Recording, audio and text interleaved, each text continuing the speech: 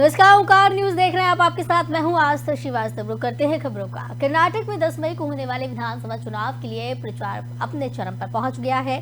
सभी दलों ने पूरी ताकत झोंक दी है। इसी कड़ी में प्रधानमंत्री नरेंद्र मोदी कर्नाटक में है और मेगा रोड शो कर रहे हैं। बेंगलुरु में पीएम मोदी का रोड शो शुरू हो चुका है और लगभग 1:30 बजे तक ये रोड शो चलने वाला है। आपको बता दें कि ये रोड शो 17 विधानसभा क्षेत्रों से होकर गुजरेगा। आरोप कांग्रेस पार्टी पर लगाती रही है और हम इस मुद्दे को बहुत चर्चा में उठता हुआ कर्नाटक चुनाव में देख रहे हैं। विकास का मुद्दा तो निश्चित तौर पर है ही। बीजेपी ने इसके लिए एक विजन दृष्टिपत्र सामने रखा है। कांग्रेस पार्टी ने भी तमाम वादे किए हैं, कुछ गारंटी देने की बात कही है, मुफ्त बिजली की बात की है। जनता दल शुक्लर ने तमाम मुद्दों पर अपनी बात घोषणा पत्र में रखी। तो बता दें कि इस रोड शो में 10 लाख से ज्यादा लोगों के हिस्सा होने की उम्मीद जताई जा रही है। आज एक ही के दिन में 36.6 किलोमीटर का रोड शो होना तय माना जा रहा है, लेकिन शहर की जनता की परेशानियों को देखते हुए कार्यक्रम में थोड़ा बहुत बदलाव देखने को मिलेगा। 2 हिस्सों में अब ये रोड शो हो रहा है। पीएम मोदी का रोड शो न्यू थिप्पसंद्रा में कैंपे गौड़ा प्रतिमा से शुरू हुआ। ये ब्रिगेड रोड के युद्ध स्मारक पर समाप्त होगा। पार्टी ने रोड शो का नाम नम्मा बेंगलुरु नमा हिम मतलब हमारा बेंगलुरु हमारा गौरव रखा है। प्रधानमंत्री मोदी शनिवार शाम को बादामी और हावेरी में भी जनसभा करेंगे। इसके अगले दिन आपको बता दें कि रविवार शाम नंजनगुड़ में श्रीकांतेश्वर के प्रसिद्ध मंदिर में दर्शन और पूजा के साथ अपने प्रचार को खत्म करेंगे। कर्नाटक में बीजेपी का सीधा मुकाबला जेडीएस और कांग्रेस से है। जेडीएस पर टिप्पणी करते हुए पीएम मोदी ने कहा, जेडीएस का हर कैंडिडेट कांग्रेस का ही कैंडिडेट है। जेडीएस को दिया हर वोट कर्नाटक में निवेश को रोकेगा, जबकि हमारा संकल्प कर्नाटक को नंबर 1 राज्य बनाने का है। कांग्रेस जेडीएस का ट्रैक रिकॉर्ड है कि उनके शासन में सबसे ज्यादा लूट गांव के हक के पैसे की होती है। पीएम रोड शो कर रहे हैं और अपार जन समूह यहाँ देखने को मिल रहा है, जन समर्थन यहाँ देखने को मिल रहा है पीएम के रोड शो के दौरान।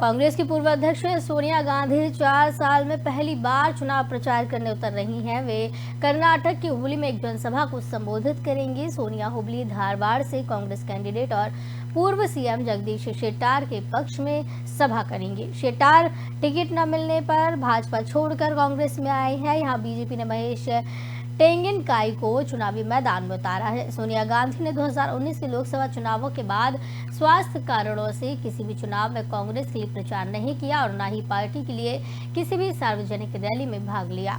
हालांकि पिछले साल अक्टूबर में वे कर्नाटक के मांड्या में राहुल गांधी की भारत जोड़ो यात्रा में शामिल हुई थी। कांग्रेस ने इस बार की कर्नाटक चुनाव प्रचार में कोई भी कसर नहीं छोड़ी है। पार्टी अध्यक्ष मल्लिकार्जुन खड़गे, राहुल गांधी और महासचिव प्रियंका गांधी अब तक 43 रैलियां, 13 रोड शो, महिलाओं और युवाओं के साथ 6 संवाद और साथ ही कार्यकर्ताओं के साथ 5 बैठकें कर चुकी हैं। राहुल गांधी और प्रियंका गांधी बेंगलुरु के शिवाजी नगर में एक संयुक्त रैली भी रविवार को करेंगे। तो आपको बताते चले कि आखिरी बार भारत जोड़ो यात्रा में सोनिया गांधी देखी थी और कर्नाटक में सोनिया की पहली रैली है। आज 4 साल बाद सोनिया गांधी प्रचार करने के लिए उतर रही हैं। कर्नाटक चुनाव पर कांग्रेस की नजर है और बताया जा रहा है कि यहाँ पर बीजेपी का सीधा मुकाबला कांग्रेस से ही और जेडीएस से ही माना जा रहा है और कांग्रेस यहाँ पर मजबूत स्थिति में है, तो कहीं ना कहीं सीधी टक्कर बीजेपी को दे रही है। बीजेपी को चुनौती यहाँ पर कांग्रेस पेश कर रही है। तो वहीं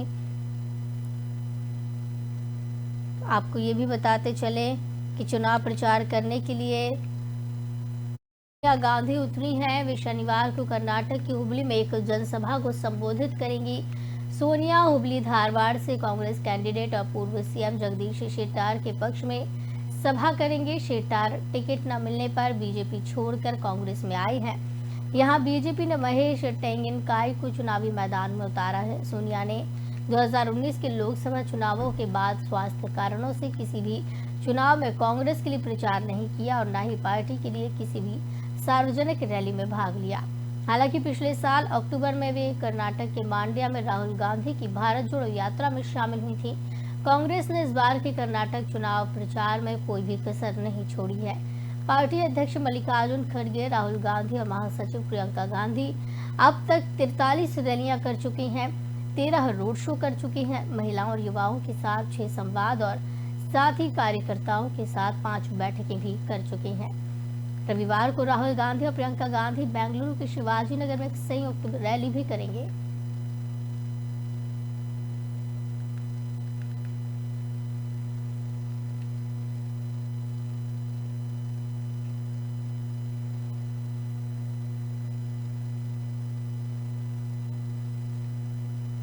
देश के नामी पहलवान पिछले कई दिनों से जंतर मंतर पर धरने पर बैठे हैं। उनकी मांग है कुश्ती संघ के अध्यक्ष ब्रजभूषण शरण सिंह की गिरफ्तारी।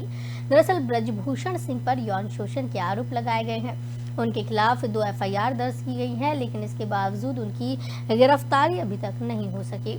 इसी के खिलाफ पहलवान धरने पर बैठे हैं। इस बीच अब इन पहलवानों को हरियाणा के गृह मंत्री अनिल विज का साथ मिला है।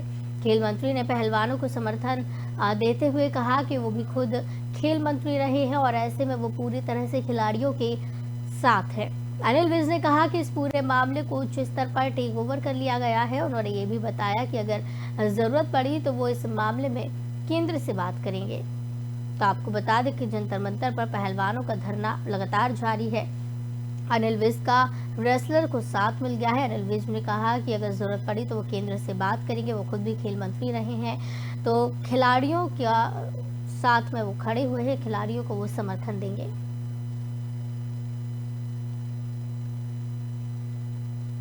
तो सारा विषय जो है उच्च स्तर पर उसको केवल केंद्र, और क्योंकि मैं खुद स्पोर्ट्स विभाग का मंत्री रहा हूँ, मैं पूरी तरह से खिलाड़ियों के साथ हूँ। अगर मुझको कहीं ऊपर सरकार में बात करनी होगी, कहनी होगी, तो मैं करूँ, ताकि इनका सम्मान पूर्वक इनका जो है वो समाधान।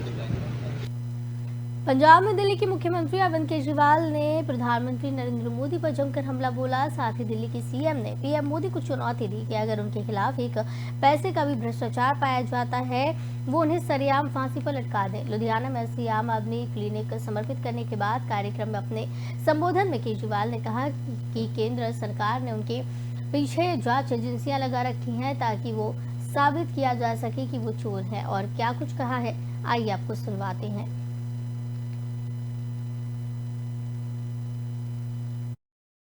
मैं मोदी जी को कहना चाहता हूं, प्रधानमंत्री जी, अगर केजरीवाल भ्रष्ट है तो इस दुनिया में कोई ईमानदार नहीं है। मैं उनको कहना चाहता हूं, जिस दिन आपको केजरीवाल के खिलाफ एक नए पैसे का भ्रष्टाचार मिल जाए, चौराहे के ऊपर खड़े होकर फांसी दे देना। लेकिन रोज रोज की नौटंकी करना बंद करो, रोज रोज के तमाशे करना बंद करो। मैं मोदी जी को कहना चाहता हूं,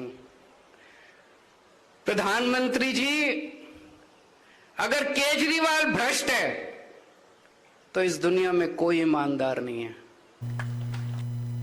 जम्मू कश्मीर के राजौरी के कांडी जंगल में छिपे आतंकवादियों ने शुक्रवार रात 1:15 बजे एक बार फिर फायरिंग शुरू कर दी, जो अब तक जारी है।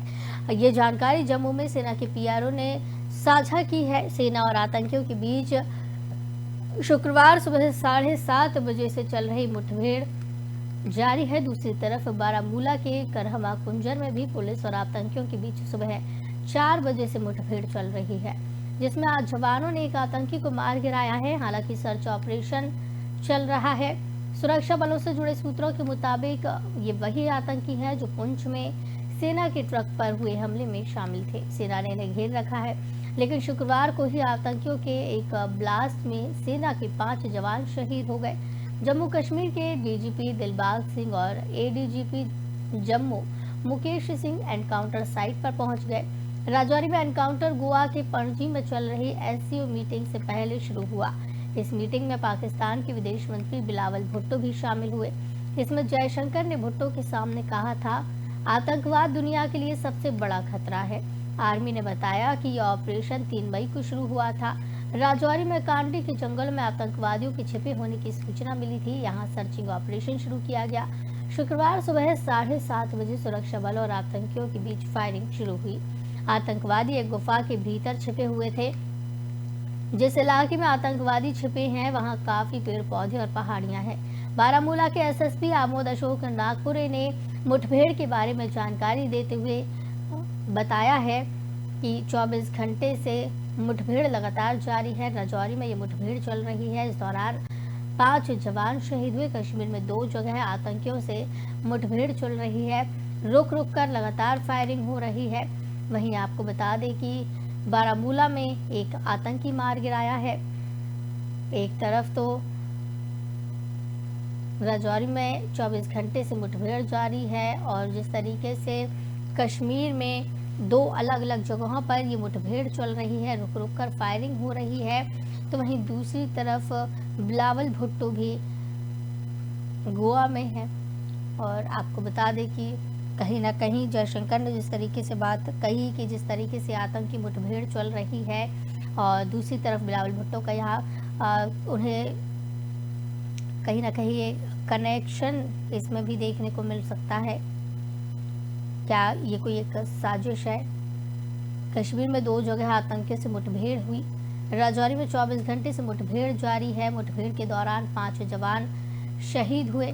रुक रुक कर फायरिंग हो रही है। बारामूला में एक आतंकी मार गिराया है। जम्मू कश्मीर के राजौरी के कांडी जंगल में छिपे आतंकवादियों ने शुक्रवार को लगभग 1:15 बजे एक बार फिर से फायरिंग शुरू की, जो अब तक जारी है।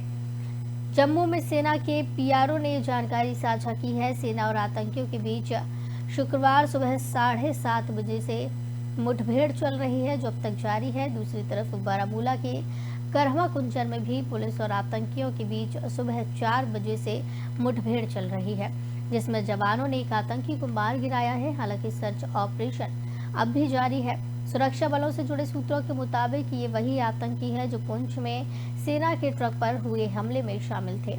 सेना ने इन्हें घेर रखा था, लेकिन शुक्रवार को ही आतंकियों के एक ब्लास्ट में सेना के 5 जवान शहीद हो गए। जम्मू कश्मीर के डीजीपी दिलबाग सिंह और ADGP Jammu Mukesh Singh encounter site पर पहुंच गए। राजौरी में एनकाउंटर गोवा के पणजी में चल रही एससीओ मीटिंग से पहले हुआ। इस मीटिंग में पाकिस्तान के विदेश मंत्री बिलावल भुट्टो भी शामिल हुए। इसमें जयशंकर ने भुट्टो के सामने ही कहा था कि आतंकवाद दुनिया के लिए सबसे बड़ा खतरा है।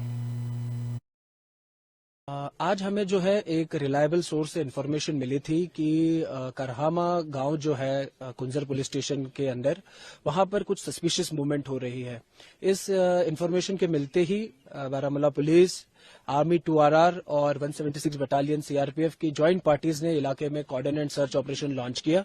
ये कॉर्डन एंड सर्च ऑपरेशन जब चल रहा था तब एक रिहायशी मकान से जो है हमारी पार्टीज में फायरिंग हुई। इस फायरिंग के रिटेलिएशन में जो है एक दहशतगर्द अब तक मारा जा चुका है। ये दहशतगर्द जो है ये लश्कर-ए-तोयबा तंजीम से वाबस्ता है और कुलगाम जिले का रहने वाला है। इस मसले में हमने एफआईआर रजिस्टर करके तफ्तीश शुरू कर दी है। मजीद जो भी जानकारी होगी वो आपके साथ शेयर की जाए। आज हमें जो है एक रिलायबल सोर्स भारतीय star javelin thrower Neeraj Chopra ने फिट होने के बाद शानदार तरीके से अपने नए सत्र की शुरुआत की है। नीरज ने दोहा डायमंड लीग में बेहतरीन प्रदर्शन करते हुए जीत दर्ज की। दोहा के कतर में हुए इस इवेंट में नीरज ने अपने पहले ही प्रयास में जैवलिन को 88.67 मीटर दूर फेंककर सभी को पीछे छोड़ दिया। दोहा डायमंड लीग में नीरज के बाद टोक्यो ओलंपिक में सिल्वर मेडल जीतने वाले जैकब वनलेच दूसरे स्थान पर रहे। नीरज ने इस जीत के साथ एंडरसन पीटर्स से भी अपनी पिछली हार का बदला ले लिया। एंडरसन ने पिछली बार दोहा डायमंड लीग में नीरज को पछाड़ते हुए खिताब अपने नाम किया था। इसके बाद एंडरसन ने इवेंट में तीसरे स्थान पर रहते हुए खत्म किया। नीरज के इस इवेंट में प्रदर्शन पर बात की जाए तो उन्होंने अपने पहले प्रयास में जैवलिन को 88.67 मीटर दूर फेंका था। दूसरे प्रयास में नीरज ने 86.04 मीटर दूर जैवलिन को फेंका। तीसरे में 85.47 मीटर दूर।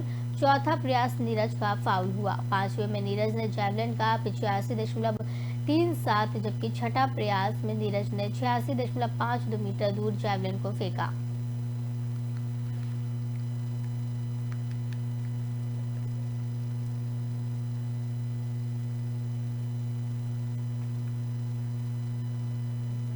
भारत में गृह युद्ध में जूझ रहे सूडान में फंसे नागरिकों को निकालने के लिए शुरू किया गया ऑपरेशन कावेरी अभियान समाप्त कर दिया गया है और भारतीय वायुसेना का आखिरी विमान 47 यात्रियों को लेकर स्वदेश लौट आया है।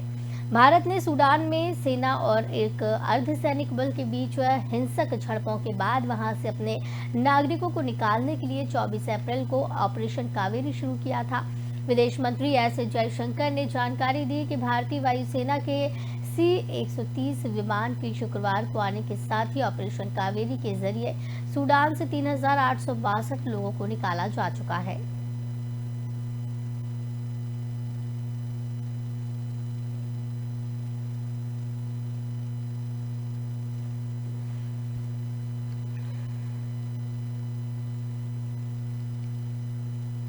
हिमाचल प्रदेश में मंडी के पास भूस्खलन की वजह से लंबा जाम लगने की सूचना है। मंडी के एडिशनल एसपी सागर चंदर ने बताया कि भूस्खलन मंडी से 5 किलोमीटर की दूर हुआ और इस क्षेत्र में सबसे बड़े भूस्खलन में से एक है। उन्होंने बताया कि पुलिस ने सभी हल्के मोटर वाहनों को डाइवर्ट कर दिया है। करीब 700 से 800 वाहनों का जाम लग गया। ये भूस्खलन में 5 मई को दोपहर 1 बजे हुआ। किसी के हताहत होने की सूचना नहीं आई है। तो आपको बता दें कि 700 से अधिक गाड़ियां जाम में फंसी रहीं। पहाड़ी राज्य हिमाचल में भूस्खलन से हड़कंप मच गया।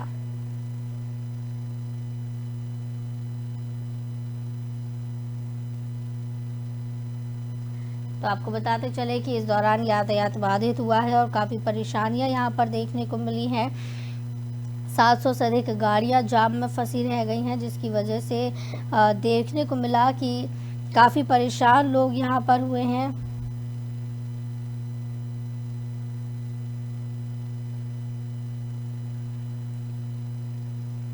तो इस बुलेटिन में फिलहाल इतना ही। मुझे दीजिए इजाजत। नमस्कार।